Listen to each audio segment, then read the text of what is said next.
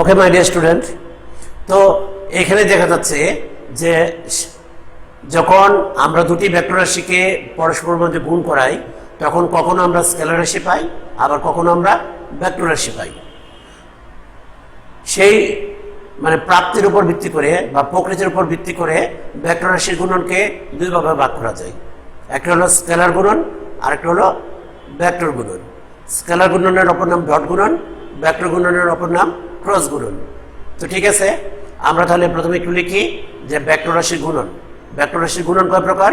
Vector রাশির গুণন দুই প্রকার, একটা হলো স্কেলার গুণন, অপরটা হলো ভেক্টর গুণন। ওকে, ভেক্টর রাশির গুণন। ওকে, ভেক্টর রাশির গুণন দুই প্রকার, একটা নাম হলো স্কেলার বা ডট গুণন, অপরটার নাম হলো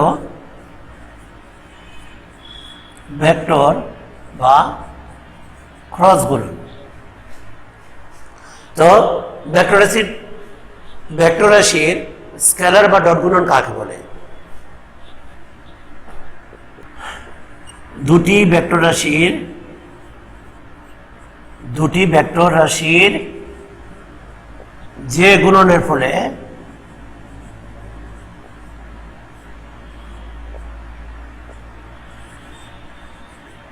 একটি স্কেলার রাশি পাওয়া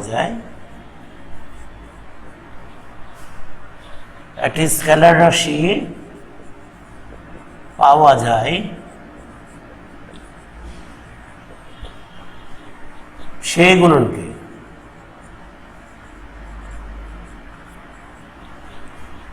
স্কেলার গুণন বা ডট গুণন বলে। ঠিক আছে, স্কেলার গুণন কি? দুটি ভেক্টর রাশির যে গুণনের ফলে একটি স্কেলার রাশি পাওয়া যায় সেই গুণনকে স্কেলার গুণন বা ডট গুণন বলে। আচ্ছা, উদাহরণস্বরূপ আমরা বলতে পারি যে আমরা জানি বল একটি ভেক্টর রাশি, সরণ একটি ভেক্টর রাশি। বল ও সরণ দুটোই ভেক্টর রাশি, কিন্তু এই দুটি ভেক্টর রাশি গুণনের ফলে আমরা কি পাই? আমরা পাই কাজ। কাজ একটা কেমন রাশি? কাজ একটা স্কেলার রাশি। তাহলে আমি কি দেখলাম যে বল ইন্টু সরণ সমান কি? কাজ। বল ও ভেক্টর, সরণ ও ভেক্টর। বল এবং সরণ দুইটা ভেক্টর রাশি গুণনের ফলে আমি পেলাম কি? কাজ। কাজ স্কেলার রাশি। তাহলে এই ধরনের গুণনকে আমরা বলবো স্কেলার গুণন। ওকে, আমি একটু মুছি।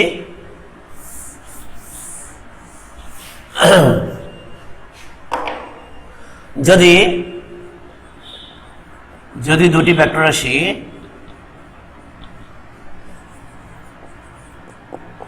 এ ও বি হয় তবে এদের স্কেলার গুণফল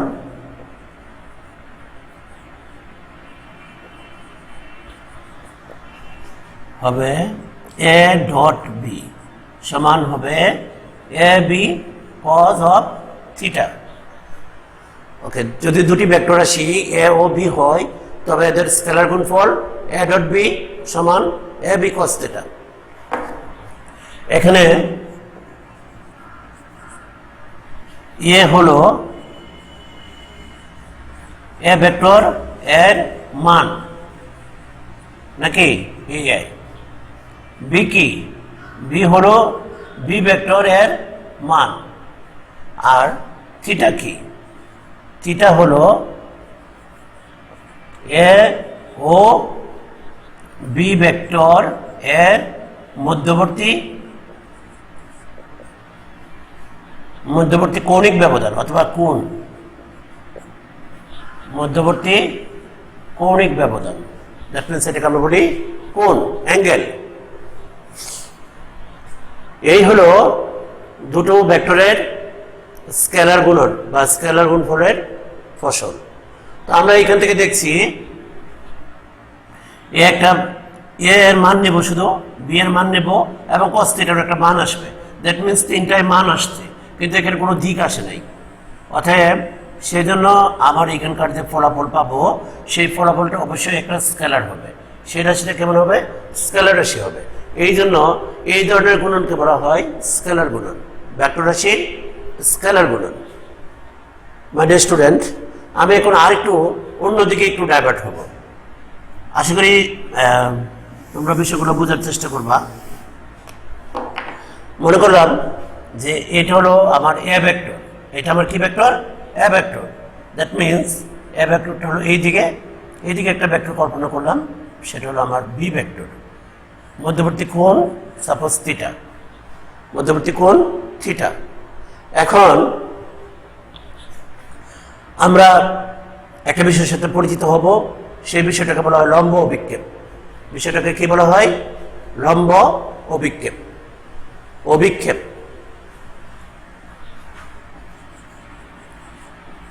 লম্ব অভিক্ষেপ। ওকে, লম্ব অভিক্ষেপ কি? দেখো, বি এর শীর্ষবিন্দু হতে আমি যদি একটা বস্তু বা একটা কিছুকে নিচে ফেলে দেই, নিচে ফেলে দেওয়ার অর্থ বলছি, আমি যদি এ ভেক্টরের উপর ফেলে দেই, কোন ভেক্টরের উপর ফেলে দেব?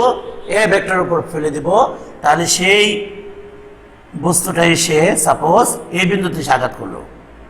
সাপোজ আমি বিন্দুটাকে দেব ডি বিন্দু। কি বিন্দু? ডি বিন্দু। এবং এই বিন্দুটাকে মনে করলাম ও বিন্দু। তাহলে এখানে এই ওডি অংশকে বলা হবে এ ভেক্টরের উপর বি ভেক্টরের লম্ব অভিক্ষেপ।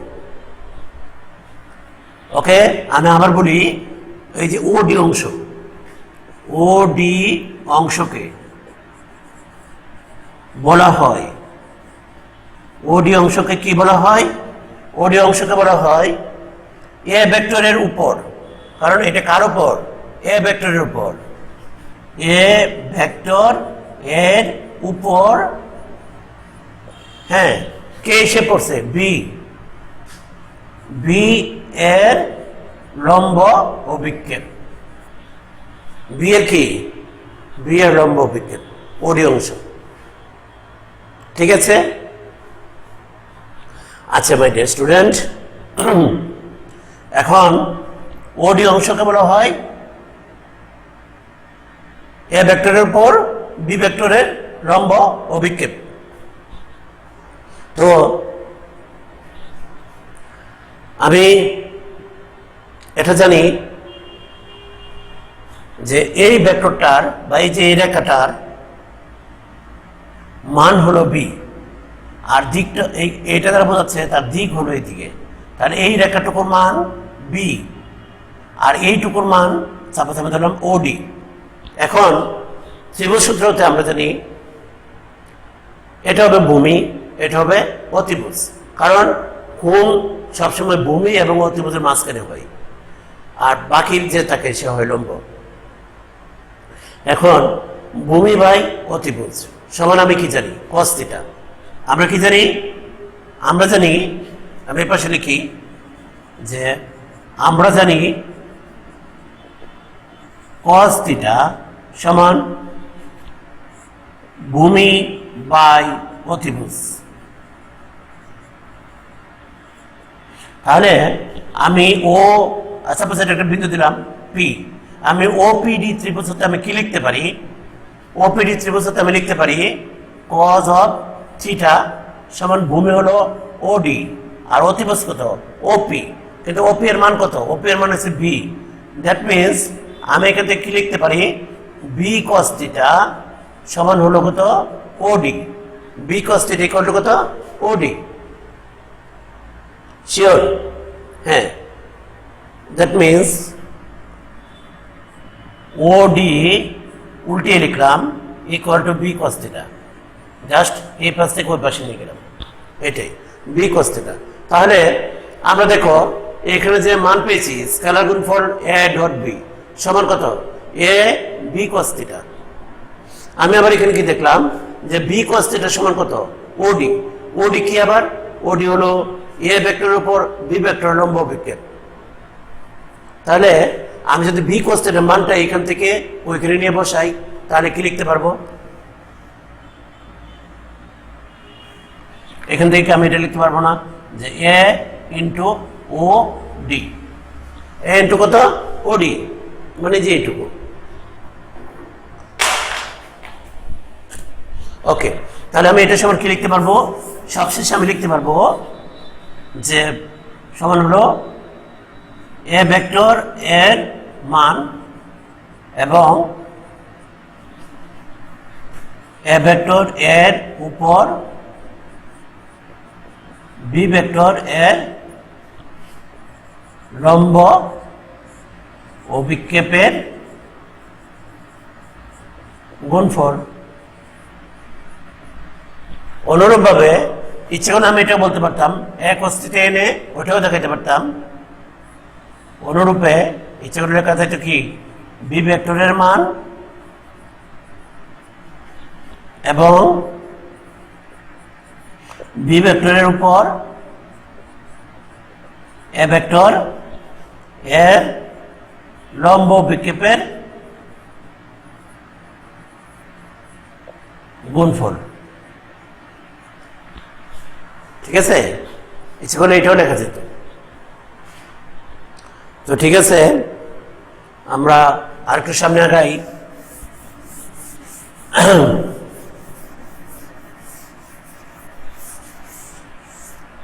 আমরা জানি ত্রিমাত্রিক স্থানাঙ্ক ব্যবস্থায় আয়ত একক ভেক্টর তিনটি, আই জে কে, এগুলো প্রত্যেকেই একক ভেক্টর, মানে এদের প্রত্যেকের মান এক এবং এদের নির্দিষ্ট দিক আছে। আই ভেক্টর হলো এক্স অক্ষ বরাবর, জে ভেক্টর হবে ওয়াই অক্ষ বরাবর এবং কে ভেক্টর হবে জেড অক্ষ বরাবর। তাহলে আমরা যারা বিষয়টা জানি তাদের জন্য যে x suppose y suppose z, তাহলে এক্স ওয়াই জেড এদিকে যদি আমি আই দিই এটা হবে জে, এটা হবে কে, তাহলে এদের মধ্যবর্তী কোণ কত ডিগ্রি? মধ্যবর্তী কোণ অবশ্যই এদের মধ্যবর্তী কোণ 90 ডিগ্রি, এটাও 90 ডিগ্রি, এটাও 90 ডিগ্রি, শিওর। হ্যাঁ, কারণ এই ঘরে কর্নার থেকে চিন্তা করা যায় যে কোনো ঘরে একটা কর্নার অথবা চিন্তা এরকম 90 90, ইভেন এদের মধ্যে 90। ওকে, সেক্ষেত্রে একক ভেক্টর সমূহের ডট গুণন কেমন হতে পারে? অর্থাৎ আই ডট আই সমান কত হতে পারে? আমরা ওই সূত্র থেকে বলবো a dot b equal to a b cos theta. I dot i a dot b সমান হলো এ বি, এ ভেক্টরের মান, আই এর মান কত? 1, বি দ্যাট মিনস এখানে আই একই ভেক্টর আই, তারও মান 1 কস থিটা। এখন আই ভেক্টর বললাম যে কোন দিকে ক্রিয়া করবে? এক্স অক্ষ দিকে, তার মানে এই দিকে যদি একটা আই ক্রিয়া করে আরেকটা আই আসলে তো এই দিকেই ক্রিয়া করবে। তাহলে দুটো ভেক্টর বা দুটো রশ্মি যদি একই দিকে ক্রিয়া করে তখন তাদের মধ্যবর্তী কোণ হয় 0 ডিগ্রি। এই জন্য আমরা বলি যে দুটি সমান্তরাল রেখার মধ্যবর্তী কোণ অবশ্যই 0 ডিগ্রি। আবার একই দিকে ক্রিয়া করছে দুটি ভেক্টর বা দুটি রাশির মধ্যবর্তী কোণ 0 ডিগ্রি। একই রেখার উপর অবস্থিত আরেকটি রেখার মধ্যবর্তী কোণ অবশ্যই 0 ডিগ্রি। ঠিক আছে, আর বিপরীত মুখে হলে কিন্তু 180 ডিগ্রি হতো।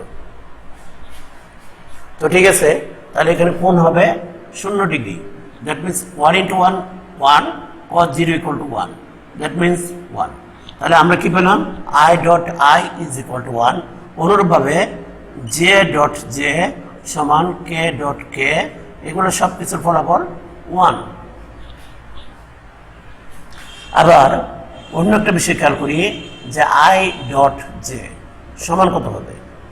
আই ডট জে সমান আই এর মান হলো 1 এই সূত্র অনুসারে, বি এর মান এখানে জে এর মান 1 কস। এখন আই হয়েছে এক্স অক্ষ বরাবর, জে হলো ওয়াই অক্ষ বরাবর, এক্স এবং ওয়াই মধ্যবর্তী কোণ কত degree? 90 degree, that means cos 90 degree. 1 × 1 1 cos 90 = 0। কোনো কিছুর সাথে শূন্যের গুণ করলে বা 0 গুণ করলে ফলাফল 0 অথবা 0। তো সেক্ষেত্রে আমরা কি পেলাম? I dot J is equal to 0। অনুরূপে বা অনুরূপভাবে জে ডট কে সমান কে ডট আই, দ্যাট মিনস বিপরীত কিছু বা ভিন্ন কিছু হলেই সেটার মান কত হবে? 0। তাহলে আমরা এখান থেকে কি দেখলাম যে একই জাতীয় দুটি একক ভেক্টরের ডট গুণন 0, ডট গুণফল 0, সরি, একই জাতীয় দুটি একক ভেক্টরের ডট গুণফল 1, বিপরীত জাতীয় বা ভিন্ন জাতীয় দুটি একক ভেক্টরের ডট গুণফল 0। এটা অবশ্যই আয়ত একক ভেক্টরের ক্ষেত্রেই প্রযোজ্য, অন্যান্যদের ক্ষেত্রে নাও হতে পারে, কারণ সেক্ষেত্রে কোণেরও ফ্যাক্টর থাকতে পারে। তো এই হলো আমাদের স্কেলার গুণন। এরপরে আমরা যে বিষয়টাতে আসবো সেটা হলো ভেক্টর গুণন। তো ভেক্টর গুণন কি? দেখা গেছে যে ভেক্টর রাশি, এখন আমরা কি গুণন করব? ভেক্টর গুণন। ওই আগের মতোই দুটি ভেক্টর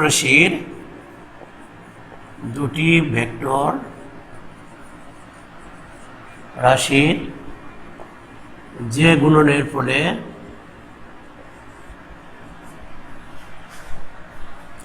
আমরা নতুন একটি ভেক্টর রাশি পাই,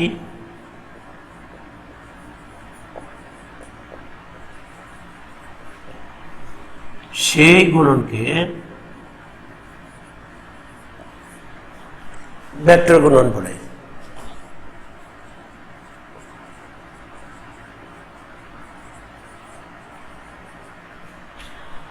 ওকে, উদাহরণস্বরূপ আমি বলতে পারি যে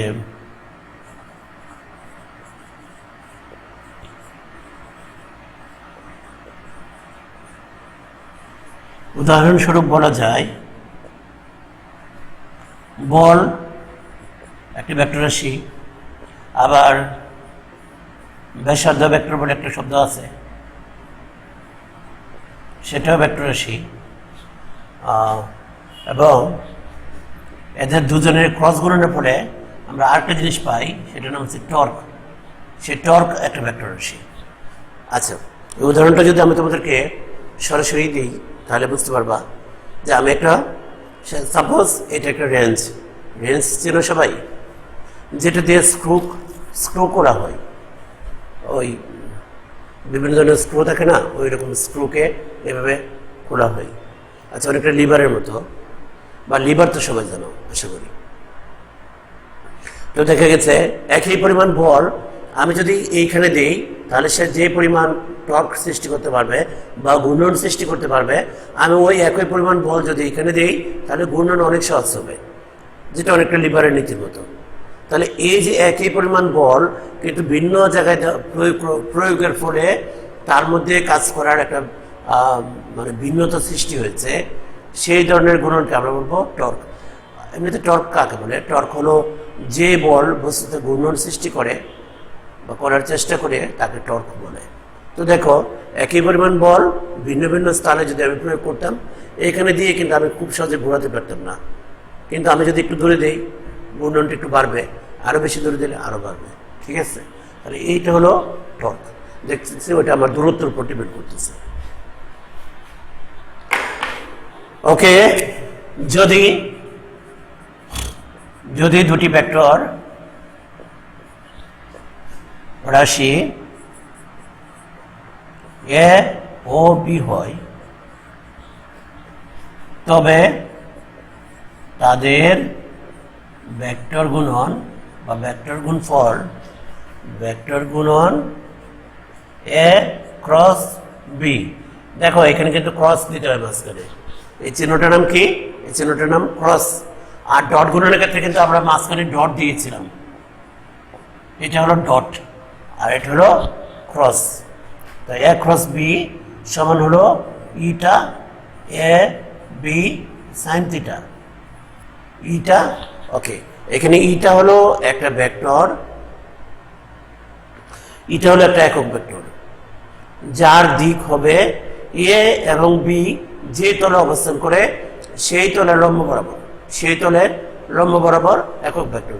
দ্যাট মিনস আমি যদি জিনিসটা বোঝানোর চেষ্টা করি, আমরা এগুলো পরে অবশ্যই দেখব যে দুটা ভেক্টরের ক্রস গুণন একটা তল তৈরি করে, একটা তল সিস্টেম তৈরি করে। আমি যদি এটাকে এক্স ধরি, এটাকে ধরবো কি ওয়াই, তাহলে এই যে ওকে এ এবং বি ভেক্টর ধরলাম, তখন তারা কি করলো, এই তলটা তৈরি করবে তারা। তো এখানে এই যে ইটা যেটা দেখানো হচ্ছে, সেই ইটার দিক হবে এ এবং বি যে তলের মধ্যে আছে সেই তলের লম্ব বরাবর, হয় বাহিরের দিকে নয় ভিতরের দিকে, হয় বাহিরের দিকে নয় ভিতরের দিকে। তার মানে এই যে নতুন যে রাশিটা পাবো, নতুন যে ভেক্টরটা পাবো, সেই ভেক্টরটার দিক অবশ্যই এ ভেক্টরের দিকেও না, বি ভেক্টরের দিকেও না, বরং তারা যে তলের মধ্যে অবস্থান করছে সেই তলের লম্ব বরাবর বাইরের দিকে অথবা ভিতরের দিকে। ওই যে আমি স্ক্রুয়ের কথা বলছিলাম, তোমরা তো সবাই মনে আছে আশা করি। আমি যখন রেঞ্জ দিয়ে একটা স্ক্রুকে কুড়ার চেষ্টা করি, তখন কিন্তু আমি দেখো আমি কিন্তু বল দিচ্ছি এই দিক বরাবর, কিন্তু স্ক্রুটা যখন খুলতে চাই, খুলে খুলে কিন্তু সে বাইরের দিকে চলে আসে, বা যদি টাইট দেওয়ার সময় শক্ত করে বাঁধার সময় সে কিন্তু ভিতরমুখী হয়। তার মানে কি আমি বল দিচ্ছি এই দিকে, কিন্তু স্ক্রু সরে যাচ্ছে কিন্তু এই দিকে। ঠিক আছে, তার মানে কি স্ক্রুয়ের দিকটা হলো, ভেক্টরের দিকটা হলো বাহিরমুখী অথবা ভিতরমুখী, বাট আমার বলের মুখটা হলো, বলের দিকটা হলো এই দিকে অথবা এই দিকে। তার মানে মধ্যবর্তী কোণ কত ডিগ্রি? 90 ডিগ্রি। ওকে, হ্যাঁ, এটা গেল এইরকম উদাহরণ দেওয়া হয়েছে। তাহলে এটা বোঝা গেছে এটা একটা কি ভেক্টর, একক ভেক্টর, যার দিক হবে, যার এটা নাম হলো ইটা। অনেকেই এটা একটা গ্রিক শব্দ ইটা। ওকে, এটা একটা একক ভেক্টর, কারণ টুপি চিহ্ন দিয়ে আমরা বুঝতেছি এটা একক ভেক্টর। একক ভেক্টরের মান 1। এই ভেক্টরের দিকটা হবে এ এবং বি যে তলে অবস্থান করছে সেই তলের লম্ব বরাবর ভিতর অথবা বাহিরের দিক। তো মাই ডিয়ার স্টুডেন্ট, এখানে আমি প্রায় আমার ক্লাসের শেষ পর্যায়ে চলে আসছি। আমি এখানে শুধু আরেকটা জিনিস দেখবো যে একক ভেক্টরগুলোর ক্রস গুণন কেমন হতে পারত, আয়ত একক ভেক্টরগুলোর ক্রস গুণন কেমন হতে পারে। Okay, that means i cross i সমান কত হবে। আমি শুধু আপাতত মানটাই চিন্তা করব না, আমরা জানি কি আই ক্রস আই, আমি শুধু মানটাই চিন্তা করতেছি। ওকে, এখানে একটা বিষয় আমি যদি একটু কথা বলে আসি পিছন থেকে, এ ক্রস বি সমান ইটা এ বি সাইন থিটা। ওকে, এখন যদি তোমাকে বলা হয় যে এটার মান কত, তাহলে আমরা জানি কি একক ভেক্টর ইটার মান কত, 1। কাজে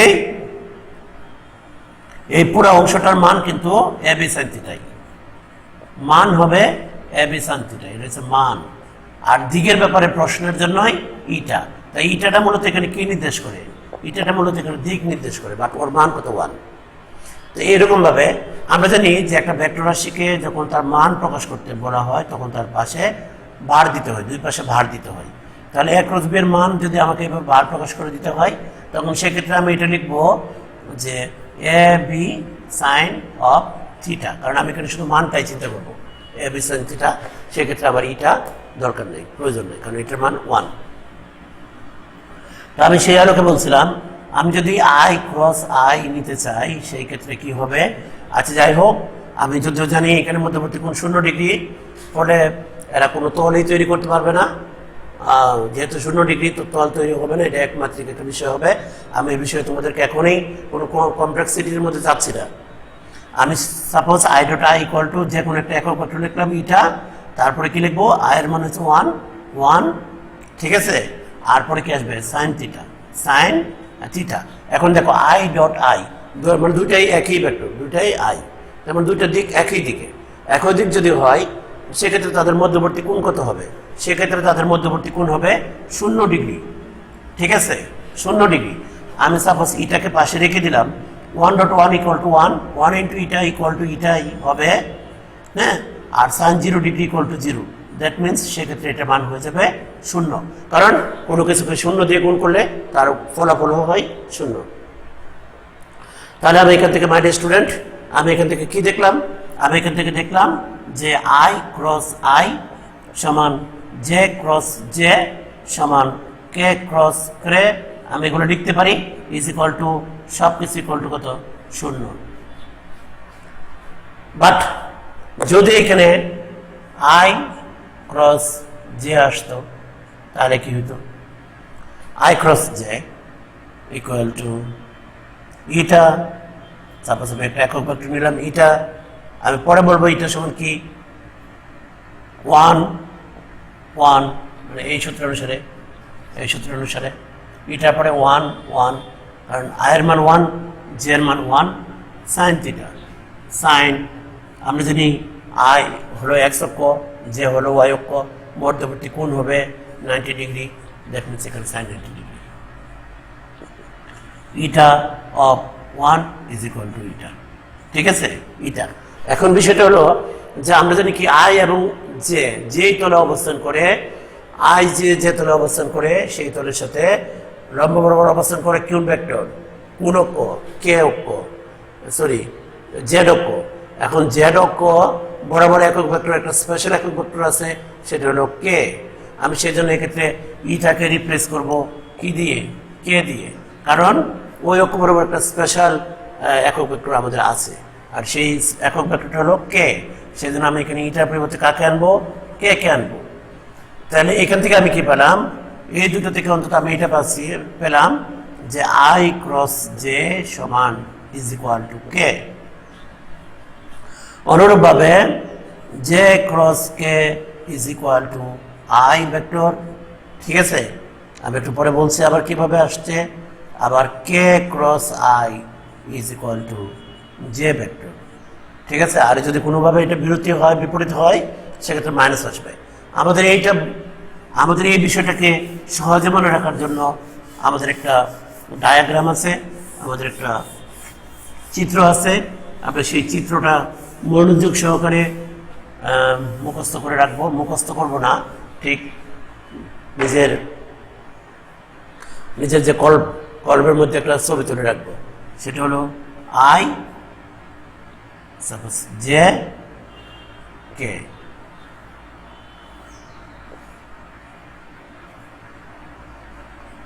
হ্যাঁ, এই ছবিটা হলো এইরকম ছবি যেখানে আছে আই জে কে, অর্থাৎ আয়ের সাথে যদি জে এর গুণন করাই, ক্রস গুণন করাই তাহলে হবে কে। জে এর সাথে যদি কে এর গুণন করাই তাহলে হবে কি আই। তাহলে কে এর সাথে কার গুণন হবে? দ্যাট মিনস সে এই দিকমুখী হবে। হ্যাঁ, কে এর সাথে যদি আয়ের গুণন করাই তাহলে হবে জে। এখন যদি বিপরীত ভাবে আসতে হয়, দ্যাট মিনস আই এর সাথে কে এর গুণন, আমি কি বললাম যে আই থেকে এই দিকে যাচ্ছে, জে সমান হবে কে। এখন যদি কোনো কারণে জে ক্রস আই হইতো, জে ক্রস আই মানে দেখো আমার দিকটা কিন্তু এই দিকে, কিন্তু এখন এই ক্ষেত্রে কি হয়েছে? এক্ষেত্রে আমার দিক উল্টে গেছে, সেই জন্য কে এর আগে আমাকে দিতে হবে মাইনাস কে।